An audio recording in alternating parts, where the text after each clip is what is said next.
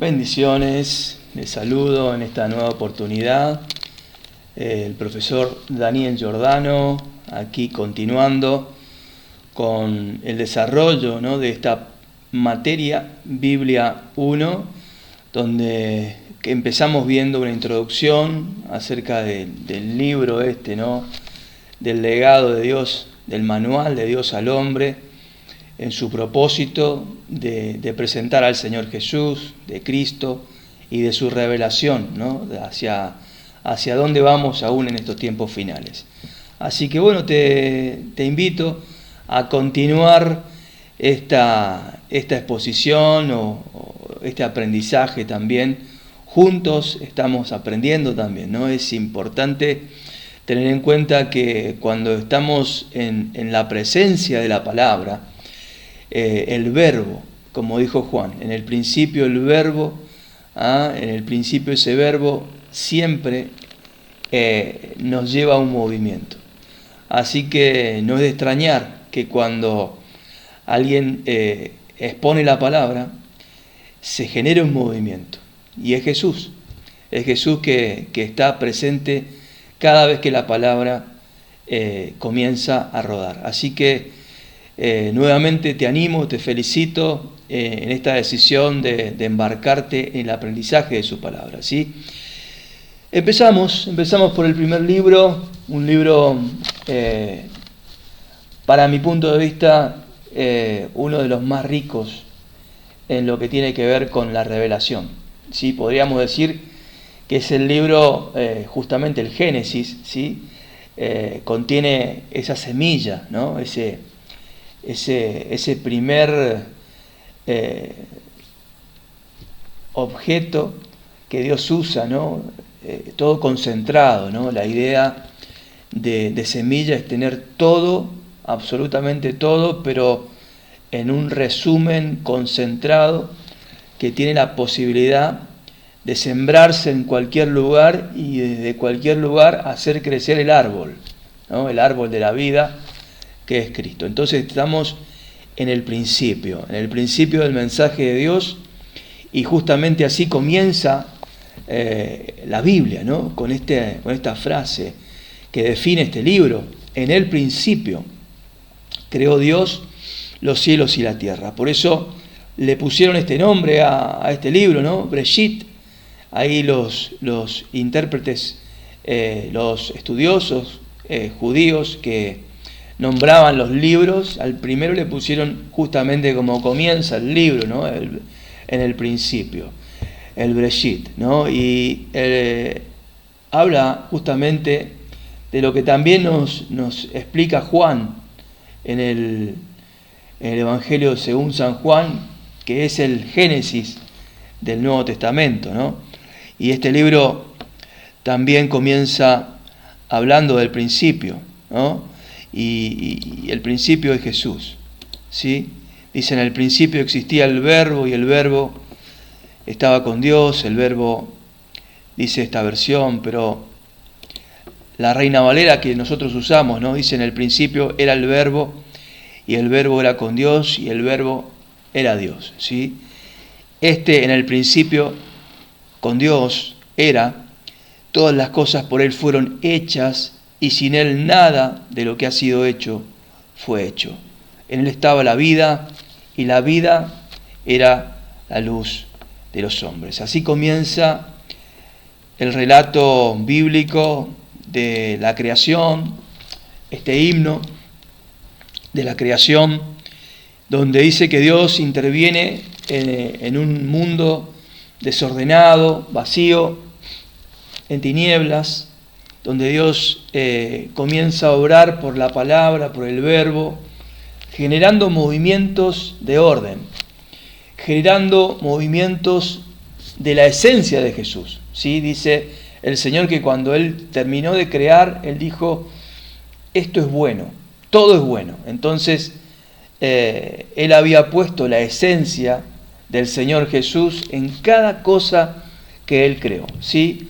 Por eso aún los hombres tenemos, si bien una naturaleza caída, fíjese que aún Es curioso, ¿no? Cómo los hombres buscan siempre definir lo bueno.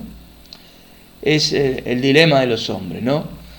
Con todo ese juicio, por supuesto, humano, que sin Dios es desacertado. Pero siempre el hombre con esa intención de querer definir lo bueno para sí, lo bueno para aquel, o lo bueno para esto, ¿no? Siempre buscando hacer el bien, ¿no? ¿Por qué? Porque la esencia, el punto a dirigirse siempre será, por nuestra composición como imagen de Dios, es Jesucristo, ¿sí? El punto a descubrir es Jesucristo, aunque el hombre no lo sepa, pero su esencia y su composición como ser espiritual, como ser creado a imagen de Dios, es Jesucristo. Dice la palabra: en el principio Dios creó los cielos y la tierra, y ésta estaba desordenada, vacía, y las tinieblas estaban sobre la faz del abismo, y el Espíritu estaba sobre la faz de las aguas, ¿sí? Y en el primer día vemos que Dios dijo: sea la luz, sea la luz. Y la luz fue. Así que el Señor comienza en el principio, en este himno de la creación, a generar estos movimientos de orden, ¿no? Vamos a ver el libro de Génesis en algo que para mí es difícil exponerlo, porque tiene mucha revelación. Pero no es la intención tal vez de esta materia, ¿no? Ahondar en tantos conceptos, pero a veces no puedo con el genio de dar, ¿no? El conocimiento que uno tiene, pero vamos a tratar de hacer un equilibrio, ¿no? De correr en lo que esta materia requiere, ¿no? De exponer temas de contexto, históricos, de lugares, de tiempos, de fechas, ¿sí? Pero hay una riqueza, usted tiene que saber, al margen de todo el conocimiento histórico o arqueológico, geográfico, que podamos descubrir en este libro, ¿no? De aquí, del compendio manual bíblico, sea de Alvarenga o lo que estamos estudiando acá, ¿no? Entonces, tenemos que saber que hay mucha riqueza por descubrir. Es como que dice la palabra acá: el Espíritu estaba sobre la faz de las aguas. Pero entiendo que el Espíritu Santo se ha involucrado en las aguas, está en las profundidades de las aguas, ¿sí? El agua es figura de la palabra de Dios, y en la palabra de Dios hay pozos de revelación, pozos de agua, de vertientes, que el Señor dijo que saltarán para vida eterna. Pero sin entrar en esas profundidades que por ahí uno está tentado a entrar, te tengo que decir que el himno de la creación es una canción que se pasó de boca en boca a través de un cántico, que era la manera de transmitir el contenido histórico primitivo antes de que existiera la escritura. Y además era una forma de establecer identidad familiar en el pueblo de Dios, ¿no? Los cánticos eran testimonios y verdaderos de que Dios quiere que sepamos. El Señor siempre se ocupó de transmitir su palabra, y en el principio era un cántico, era todo a través de cánticos, ¿no? Dice, usted sabe, ¿no? El autor de este libro, si bien es el Señor, el escritor fue Moisés, ¿sí? Había escritura en el tiempo de Moisés, ya existía la escritura. Entonces puede que Moisés haya tenido algún recurso para escribir el Génesis, o también debemos saber que el Señor perfectamente podría haberle revelado ese pasado remoto que acababa de pasar no hace mucho tiempo, ¿no? A Moisés. Así como Dios es capaz de revelar el futuro, así como lo vemos en el libro profético de Daniel, revelándole las edades, los imperios y los reinos que iban a ocurrir después de él y hasta el día de hoy, ¿no? Esos reinos que están actualmente gobernando la escena política de la humanidad, pero el Señor también podía perfectamente revelar el pasado. Por eso entendemos que este libro es el libro inspirado por Dios, ¿sí? Los días de la creación tienen significados, y hablar de la palabra día no significa hablar de 24 horas literalmente en nuestro reloj, ¿no? Sino más bien es un periodo determinado para que algo ocurra, ¿sí? Vendría siendo como un segmento donde ocurrió tal evento, ¿sí? ¿Me entiende? O sea que el día del Señor comienza con un evento determinado y termina con otro evento que marca su fin, ¿sí? Los días o el día del Señor se determinan por acontecimientos, por cosas que Él hace, ¿sí? Cuando en el primer día Él establece que es la creación de la luz, sea la luz, separa las tinieblas, y todo lo que Dios hace, lo hace con la esencia del Señor, del Verbo, de esta lámpara que es Jesucristo alumbrando toda nuestra escena, ¿sí? Lo que el Señor hace cuando entra en escena de la vida del ser humano es alumbrar. Él comienza a separar las tinieblas de la luz y automáticamente comenzamos a tener un discernimiento según la mente de Cristo y comenzar a detectar tinieblas que antes no podíamos ver. Esto es lo que el Señor hace en nosotros y lo que hizo en la creación, ¿no? Por eso dice, ¿no? El primer día crea la luz, el segundo día crea los cielos, ¿sí? Dios separó las aguas que estaban sobre la tierra y puso un espacio llamado expansión o cielos entre las aguas, ¿no? Las de arriba, las de abajo, dice la palabra, ¿no? Y esta expansión separó, ¿no? Las aguas de arriba y las aguas de abajo. Y fue así, dice el Señor, ¿sí?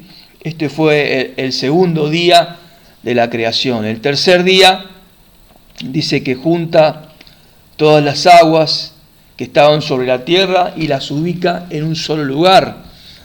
Y ese lugar se llama mar, el mar. El Señor crea el mar y llama a la parte seca tierra. Usted lo puede leer perfectamente, pero Dios llamó a la tierra a moverse, ¿no? Todo lo que genera Jesucristo es un movimiento. Por eso Él llama a la tierra a moverse y que se separen esos huecos para alojar agua y que se formaron por consecuencia las montañas, ¿sí? O sea, el relieve que se generó de los pozos, los mares, ¿no? Y se colocaron las montañas. Eso me imagino que tiene que haber sido un movimiento en magnitudes de terremotos, de sismos, de maremotos, ¿sí?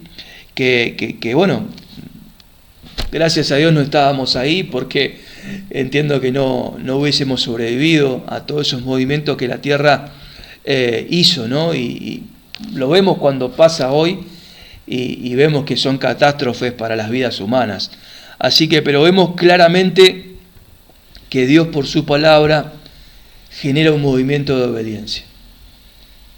Que cuando Dios dice sea la luz aparece, y cuando Dios dice se separen los cielos o la tierra del agua, obedecen, ¿sí? Este movimiento que genera la palabra de Dios es cuando Él habla y todo, absolutamente todo obedece. Porque es una palabra que genera movimiento, ¿no? El verbo, la tierra recibió la orden de producir vegetación, árboles, frutales para alimento, y todo era según también los límites que Dios estableció, que es según su género. La palabra dice que Él ha limitado la creación según un género, ¿no? Es como un límite en el cual la naturaleza, la biología no los traspasa, porque Dios también estableció los límites del género para que cada especie se produzca según su género. Y esa es la voluntad de Dios, ¿sí? Así que esa exclusividad de la identidad que no se puede mezclar ni se puede evolucionar, como algunos dicen, que alguna especie evolucionó de otra, ¿no? Hay un límite perfectamente puesto por el Señor, por el Creador, donde dice que la especie fue creada por Dios según un género, y fue así, ¿sí? La tierra obedeció, comienza así el movimiento de la biología, de las plantas, que fíjese que este movimiento hasta el día de hoy no para de moverse. Las plantas no paran de crecer. Observe usted la naturaleza, que hasta el día de hoy están obedeciendo al movimiento, a la palabra que el Señor mandó en el principio, ¿sí? En el cuarto día, el Señor crea algo que Él llamó las lumbreras. Él creó el sol, los astros del cielo, la luna, que fueron como unas señales de tránsito que la tierra ve y define a ese espacio de tiempo, día, ¿sí? Ahí, o noche, según la lumbrera que gobierne y señalice ese momento, ¿sí? Dando lugar al día si es que se ve el sol, o dando lugar a la noche si es que se ve la luna, ¿no? Qué maravilloso es la mente del Señor. O sea que un espacio de luz o la ausencia de ella se puede medir. De ahora en más podemos medir el tiempo, podemos medir y lo que Dios llamó el tiempo cronos, ¿sí? Medidos desde ese momento comenzó, que la tierra comenzó a moverse respecto del sol, respecto de los astros. También se comenzó a generar la medición del tiempo, ¿sí? El tiempo comenzó con una palabra de Dios, ¿sí? Qué maravilloso es poder ver esto y poder ver cómo Dios gobierna desde el principio, desde Jesucristo. El quinto día, los seres vivientes, los peces del mar, el Señor les dio ese poder para multiplicarse, para reproducirse en el límite también de su propio género, ¿no? El quinto día el mar fue lleno de peces, los seres vivientes, ¿no?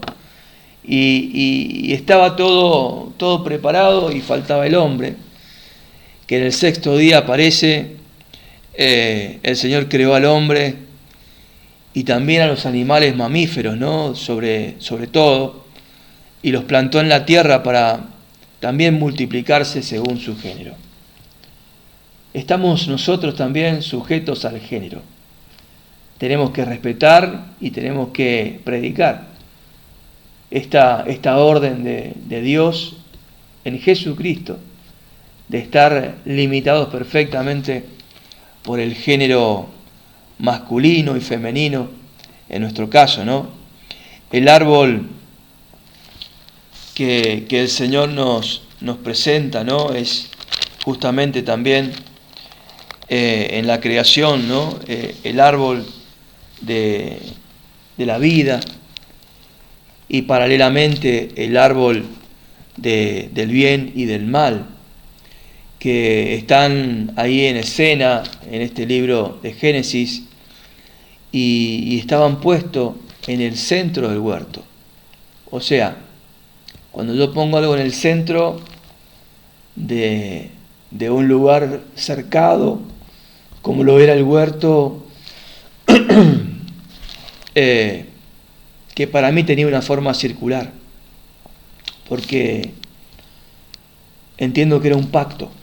Ese lugar era un pacto, ¿no? Y la forma geométrica que tiene un pacto es la del círculo, ¿sí? Por eso el anillo es matrimonial, es símbolo de un pacto, ¿no?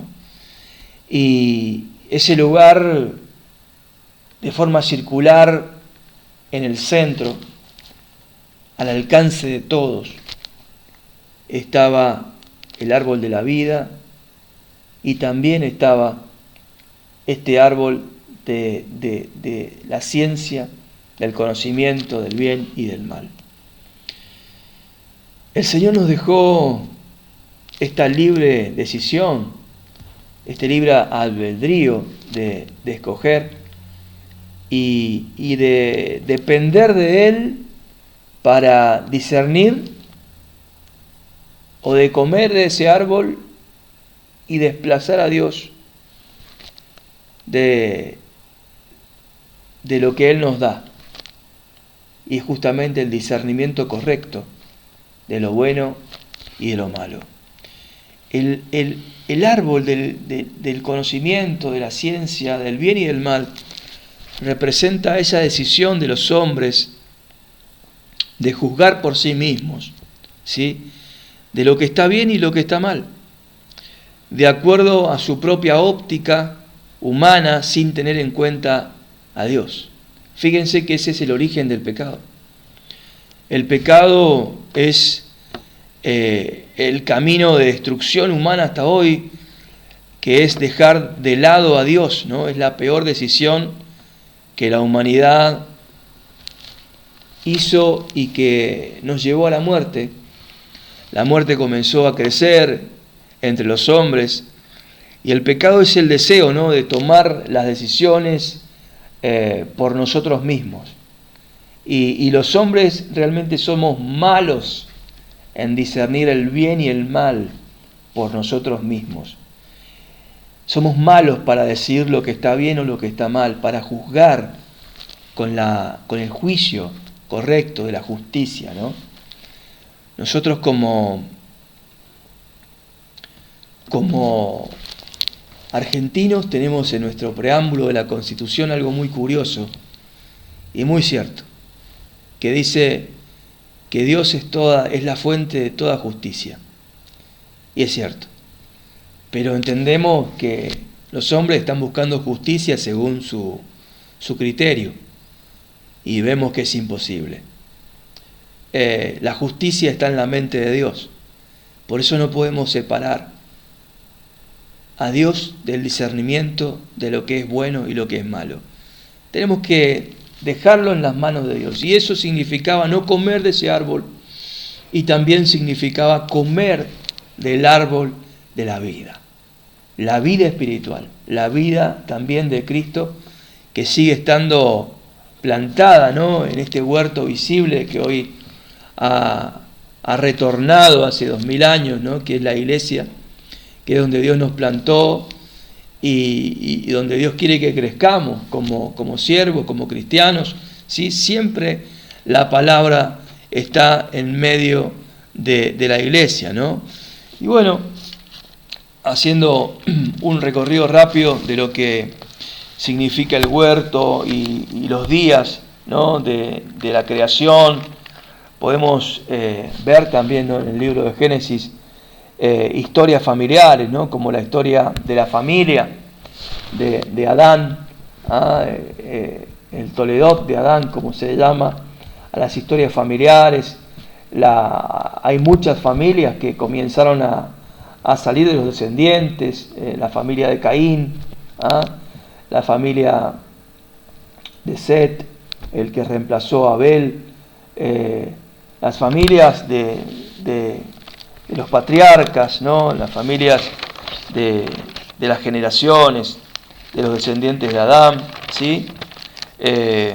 Luego vemos también cómo la maldad apareció, ¿no?, a través de la familia de Caín, y cómo creció también la contaminación de la humanidad, cayendo en pecados profundos, y el descontento del Señor lo que trajo, ¿no?, este juicio sobre la humanidad, lo que fue el diluvio, lo que fue el Señor trabajando a través de la vida de Noé y todo lo que el Génesis nos muestra, ¿no? Es muy profundo el libro de Génesis, ¿sí? Mire, Caín y Abel nos hablan también de una mala decisión que tuvo como consecuencia de haber comido, ¿no? de ese árbol de la independencia.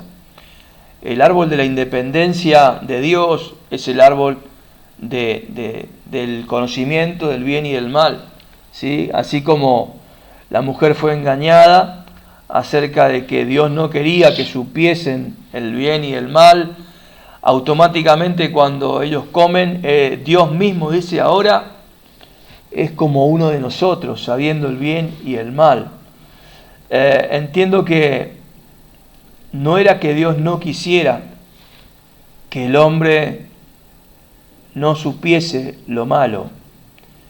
Entiendo que el hombre y la mujer todavía no estaban preparados para manejar, para señorear sobre lo malo, ¿sí? Es como cuando alguien tiene niños y cría niños y en la crianza infantil uno quiere disfrutar un tiempo de relación, un tiempo de pasar ese tiempo de niñez con los niños y deseamos que ignoren cosas malas. Sabemos como padres que en un momento lo van a saber. Todos sabemos que nuestros hijos en un momento se van a relacionar con personas malas, con malas influencias. Y Dios también sabía que en algún momento se iban a encontrar con Satanás, ¿no? Y iban a caer tal vez en alguna tentación, pero tenían que manejar el pecado, ¿sí? Pero usted sabe lo que son las tentaciones o la información que viene sobre los niños, sobre los adolescentes, ¿sí? Por ejemplo, un ejemplo de la vida práctica para que podamos entender este panorama es como cuando niños o adolescentes tienen información, por ejemplo, de índole sexual, donde de repente se encuentran con una información que no tienen que manejar en ese momento y por saber información tal vez los adolescentes caen en ese mundo, ¿no? Prematuramente y de repente se encuentran con una familia, con hijos, ¿sí? Adolescentes con hijos. Y usted sabe que el mundo adolescente maneja mucha información. A veces los adolescentes nos vienen, nuestros hijos, ¿no? a contar cosas nuevas como que si nosotros no supiésemos cosas, pero lo que ellos no saben es manejar la responsabilidad de la información que manejan. Entonces, ese fue el engaño de Satanás con Eva, adelantarla a un tiempo donde ella todavía no estaba preparada, ni Adán ni Eva, a manejar la información del pecado, ¿sí? Muchas veces hemos interpretado que el Edén era como una cápsula, y de hecho lo era, ¿no? Donde estaba aislado el hombre de todo pecado, pero ahí también se metió la serpiente, ¿sí? Pero justamente para eso, para cuando el diablo no puede impedir lo que Dios está haciendo, lo que siempre hace es adelantarnos a nosotros a pensar de que podemos entender algo o podemos saber algo más que lo que Dios sabe. Y nos tienta, ¿no?, a apartarnos de los mandamientos del Señor. Y los mandamientos de Dios son paternales, son para cuidarnos. Entonces siempre el mismo patrón con la serpiente que hizo caer a Caín también. Fíjense, es muy curioso cómo Caín, antes de pecar, de matar a su hermano, viene Dios y le habla. Y le habla acerca de que el pecado tiene un deseo, pero Dios le dice, el deseo del pecado será para ti. O sea, ¿cuál es el deseo del pecado? El deseo del pecado es esclavizar al hombre. Pero Dios le dice a Caín, el deseo que el pecado tiene de esclavizarte será para ti. O sea, usted se tiene, o tú, Caín, tienes que esclavizar al pecado. Y eso es algo que no ocurre. No hay hombres que sean señor del pecado, sino que por lo general es el pecado que esclaviza al hombre, ¿no? Entonces podemos entender que el deseo de Dios será capacitarnos para señorear sobre el pecado. ¿Dónde? En el huerto. ¿Cuándo? A su debido tiempo. ¿Sí? A su debido tiempo el hombre iba a también crecer en este proceso de semejanza, y eso lo iba a llevar aún a ser señor de ese animalito astuto llamado serpiente. Pero bueno, pasó lo que pasó, y aquí estamos en este proceso de aprendizaje, en este proceso de restauración del Señor con nosotros como hombres, ¿sí? Estamos en esto que el Señor estableció. Luego de este evento, ¿no? Los hombres comienzan a reproducirse y la maldad de los hombres comienza a crecer. Aparece Noé en escena como protagonista con su familia. Dice que Noé era el octavo patriarca descendiente, ¿no? Y tiene que ver con el nuevo comienzo. El número 8 es un número que es una octava y es una representación del primer patrón, ¿sí? Es un volver a empezar, como cuando los salmos habla, usted lee los salmos y en una parte dice, como los salmos son canciones, ¿sí? Se usa un lenguaje musical y una palabra que usted va a leer y se llama seminit, y justamente significa octava o comenzar de nuevo, ¿sí? El nuevo comienzo. Noé es un nuevo comienzo para la humanidad, es una nueva oportunidad donde Dios estableció comenzar de nuevo, hacer todo de nuevo, borrar de alguna manera el pecado de la humanidad, de la creación. El Señor dice que la maldad había subido a su presencia, ¿no? Que aún los ángeles, entiendo lo que dice ahí Génesis 6, capítulo 3, mi punto de vista es que los ángeles tomaron cuerpos humanos, o como dice el libro de Judas, abandonaron su morada celestial y engendraron hijos e hijas con las mujeres, los hijos de los hombres, ¿no? Y esos hombres, esos ángeles fueron encarcelados, dice el libro de Judas, ¿no?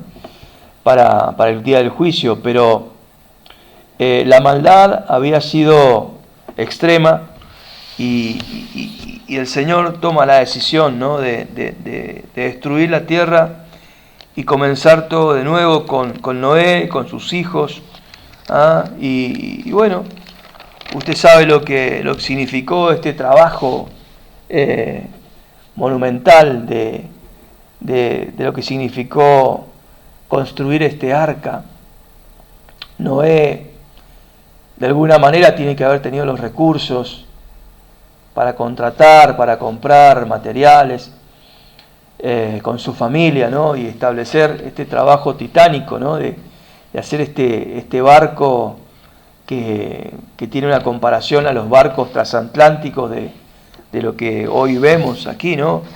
Las medidas y todo lo que podemos ver, ¿no? de la dimensión de este barco, para que entren ahí la gran cantidad de animales y que además viva la familia. Bueno, datos de las dimensiones que usted puede ver, ¿no? Pero Noé aparentemente, dice el libro, ¿no? que era un rey, que tenía la capacidad para también invertir en lo de Dios, ¿sí?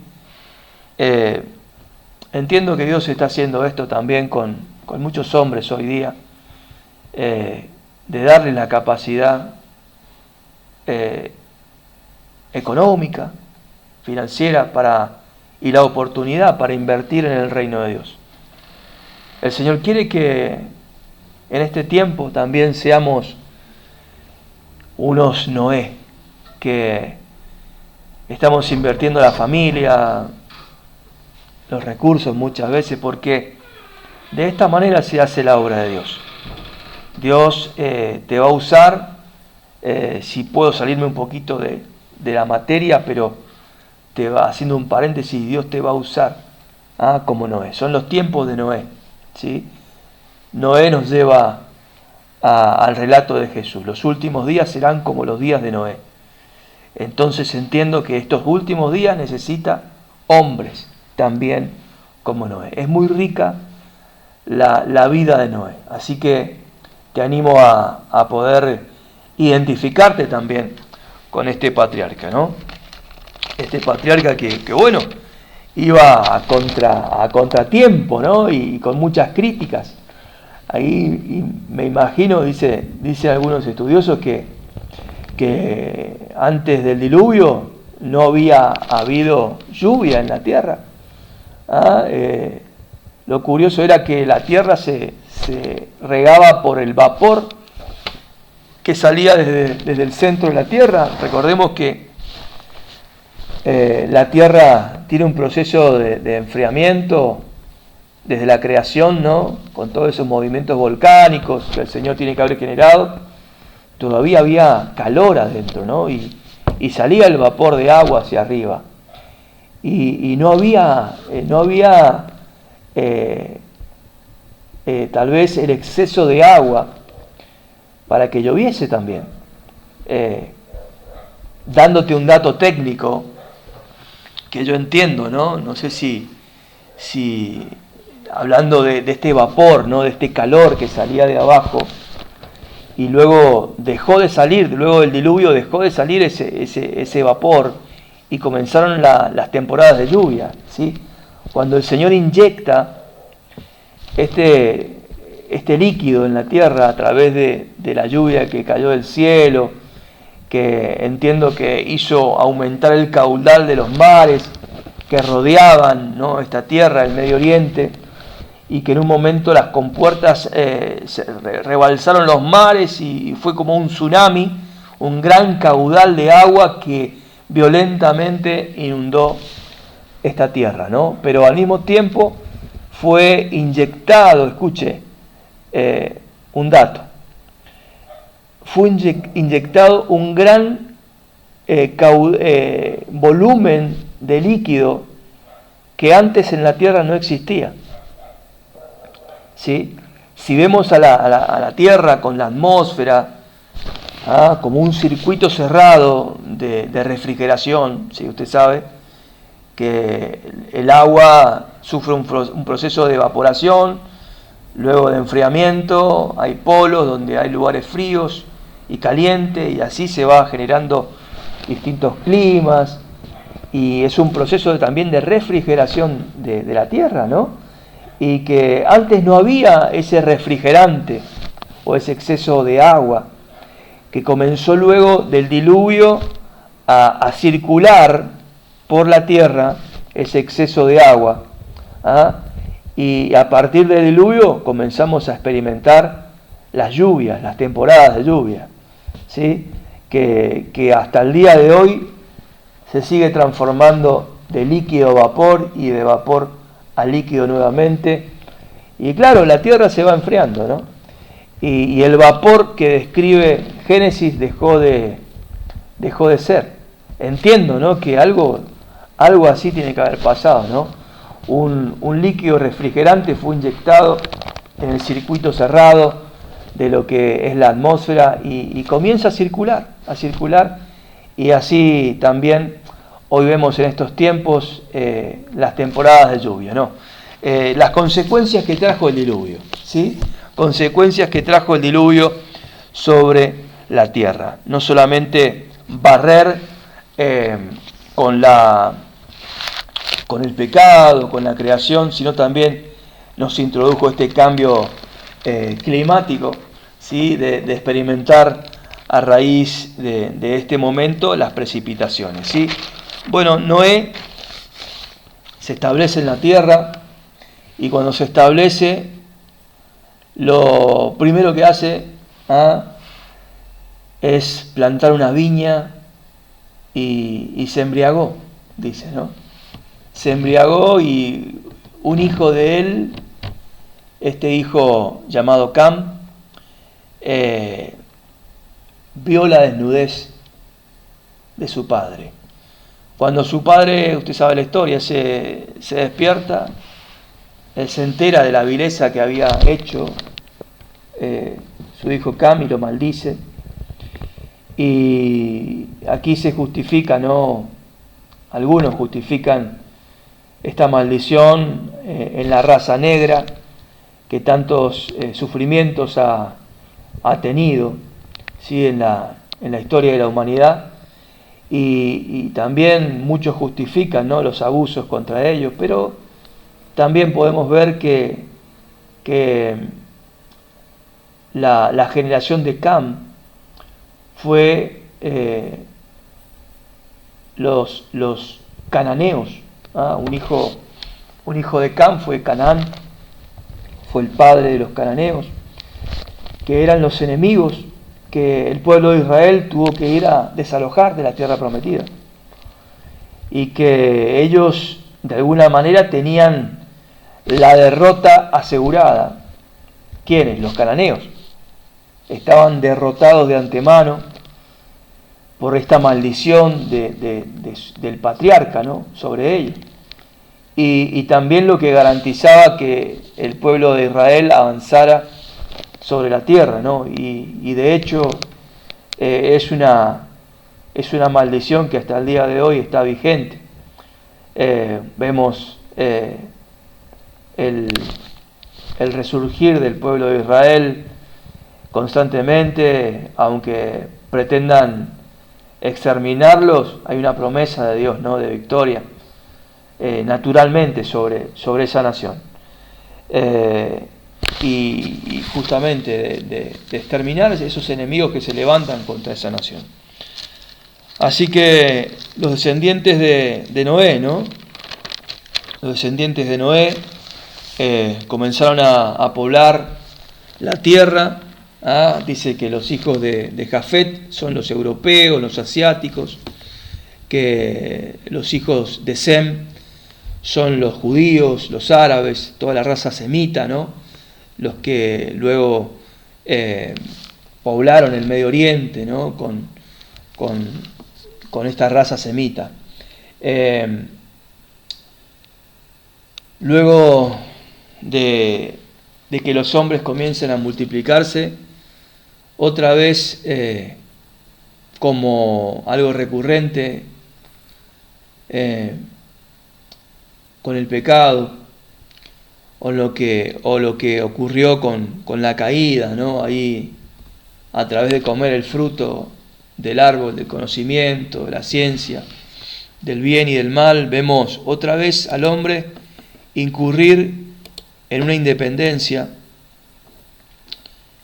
en una confianza extrema en la capacidad intelectual del ser humano, ¿sí? Que vemos la historia de la Torre de Babel, ¿no? Vemos un famoso conquistador, un hombre muy emprendedor, llamado Nimrod, un protagonista, un protector, un cazador, un protector de la gente, y un hombre que fundó muchas ciudades, pero también participó, ¿no? en esta construcción de la Torre de Babel, cuyo propósito era conectar la tierra con el cielo, ¿no?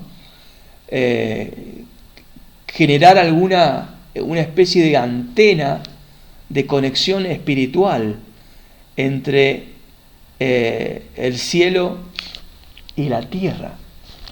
Pero, ¿qué cielo querían conectar? ¿Sí? Parece que los ángeles caídos fueron encarcelados, ¿no?, en prisiones, y usted sabe que hay 3 cielos. Y si no lo sabe, te lo digo, hay 3 cielos, ¿sí? El cielo que vemos aquí, que separa la expansión, el cielo físico que vemos aquí, el segundo cielo, que es el cielo de los astros, y el tercer cielo, que es donde está el Señor, ¿sí? Y entre el cielo nuestro, que vemos aquí, y el cielo del Señor, hay una capa intermedia, donde están las huestes celestiales, y ahí parece que es el lugar, ¿no?, de interferencia, donde Satanás hace esa lucha espiritual, y donde hay mucha presencia de las tinieblas, de los demonios, y que entiendo que ahí querían llegar, ¿sí? El hombre, en su relacionamiento con los ángeles caídos, también adquirieron sabiduría, inteligencia, ciencia y conocimientos tecnológicos que eran avances para la época, ¿no? Usted sabe lo que la tecnología produce en la humanidad. Además de generar facilidades para la vida, también produce un sentimiento de autosuficiencia, un sentimiento de independencia y de empoderamiento, y de creerse capaz de lograr cualquier cosa.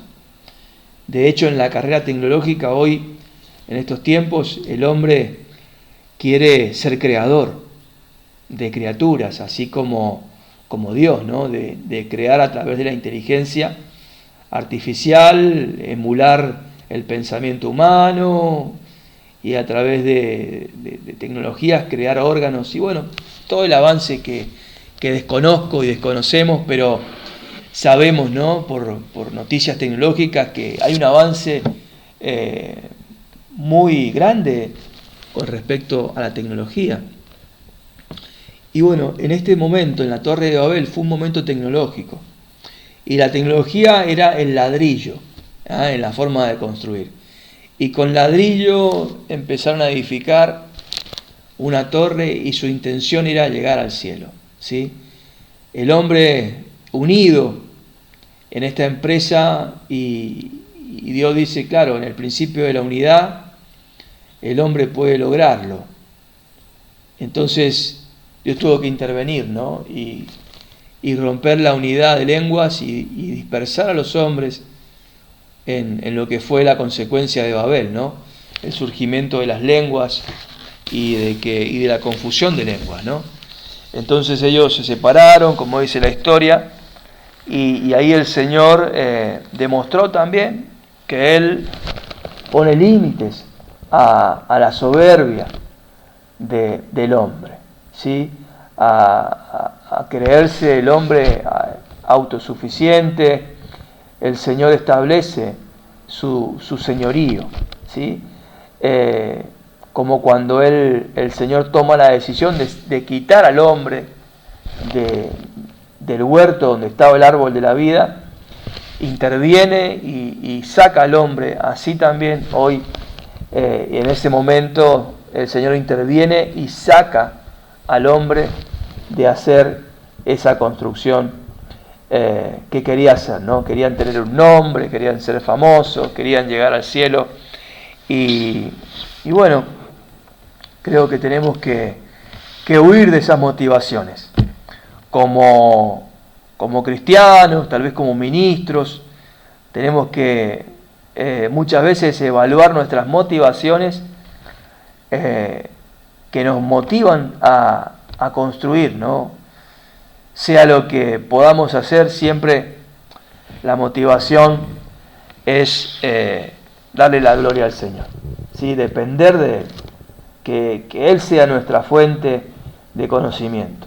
¿Sí? Poder muchas veces poner el freno a las construcciones humanas y siempre estar en constante auditoría del Espíritu Santo.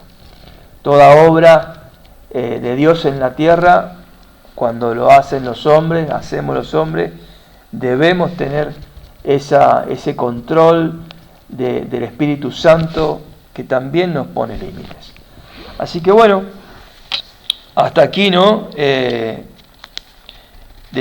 capítulo 11 hemos recorrido y estamos a punto de entrar, ¿no? en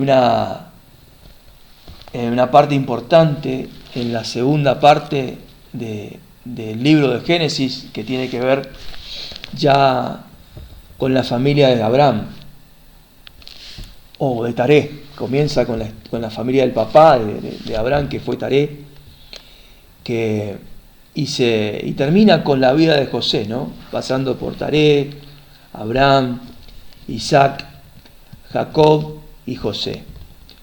Pero a partir de Abraham, ¿no? El Señor testifica de que es el comienzo de una raza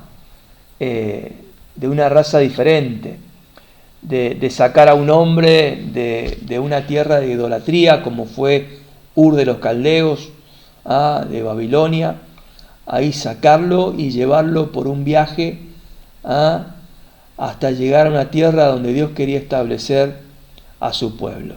¿Sí?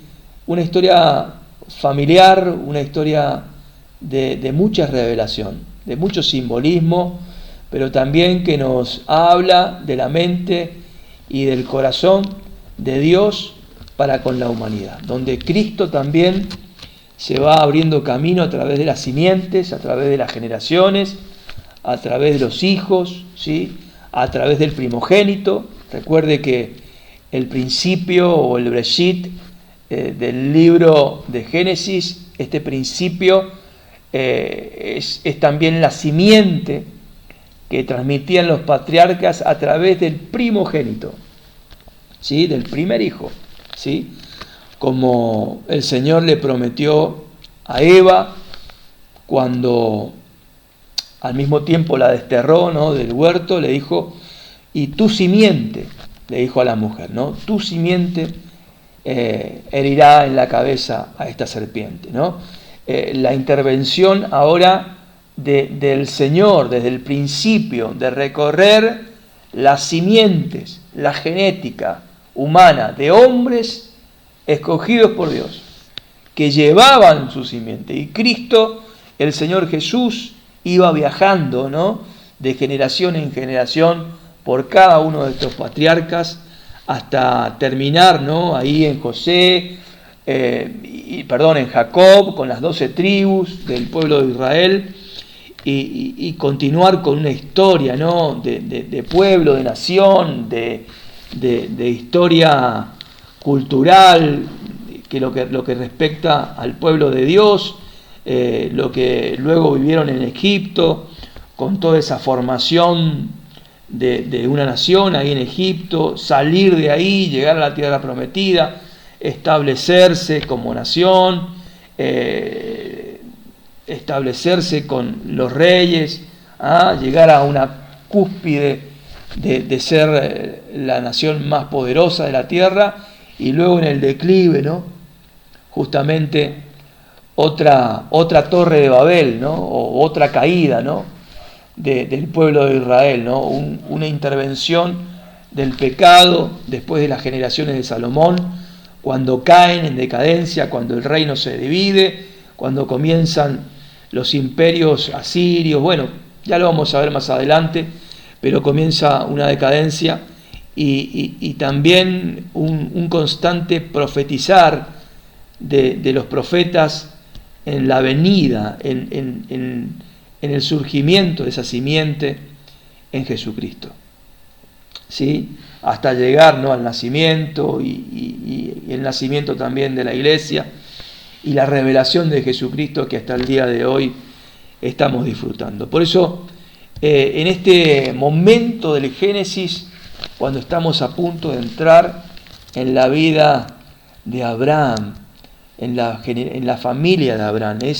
Es importante. Vamos a tratar de llegar. Yo entiendo que estamos dando clases de Génesis. Vamos a dividirlo en videos de no más de 1 hora.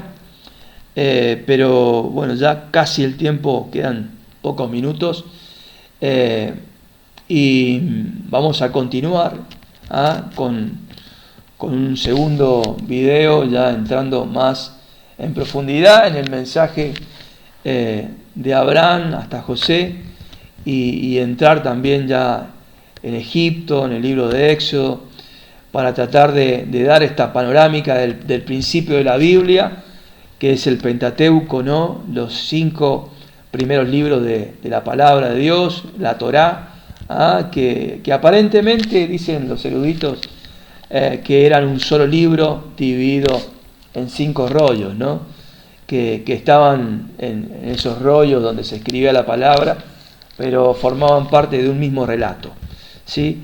Dividirlos de alguna manera nos da la comprensión panorámica del mensaje de Dios, pero no podemos perder de vista, como te digo ahora, cómo Cristo va viajando, ¿sí? Esa es la panorámica, esa es la guía que no podemos perder de vista, como cuando en la carrera vio cuando salen las carreras de perros, que hay como una liebre o un objeto que ellos siguen, ¿no? Y es eso lo que no hay que perder de vista, ¿no?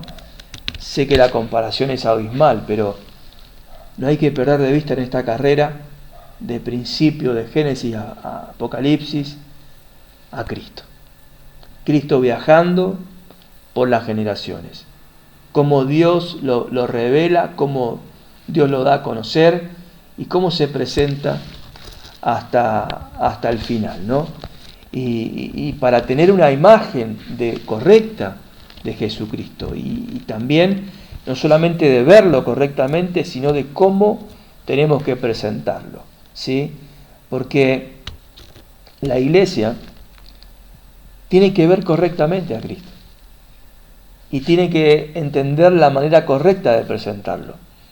Por eso es tan importante tener una visión así como la que estamos intentando enseñarte a través de esta materia Biblia 1, una visión panorámica de la palabra de Dios, del compendio bíblico, de los libros que fueron establecidos como inspirados por Dios, ¿sí? Que nos sirven justamente con este propósito, ¿sí? Podemos hablar de otros libros que fueron descartados, ¿no? Pero justamente por eso, porque no cumplían con este requisito de mostrar a Cristo en su viaje de principio a fin, de alfa a omega, de Génesis a Apocalipsis, ¿sí?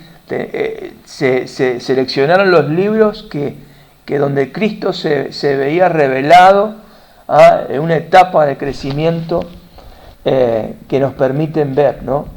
Este viaje que la simiente del Señor comenzó a viajar desde el principio, como dice el primer verso del libro de Génesis, hasta el final, ¿sí? Por eso, bueno, vamos a terminar aquí por ahora, ¿sí? Ya estamos pronto a subir una nueva clase, justamente comenzando con Abraham y terminando ya con este libro de Génesis. Bueno, nos vemos en el próximo video. Espero que te haya sido útil esta exposición de la palabra, y bueno, nos podemos poner en contacto, ¿no? Ya luego a través de alguna conexión en vivo, ya vamos a encontrar el momento, pero seguimos mientras tanto leyendo la literatura, el compendio manual bíblico, de los autores que nos han provisto el seminario, ¿no? de Alvarenga también, ¿sí? y del doctor Henry Halley, ¿sí? También la palabra de Dios, por supuesto, la Reina Valera, siempre es útil para ir llevando esta panorámica. Bueno, te veo en la próxima clase. Bendiciones.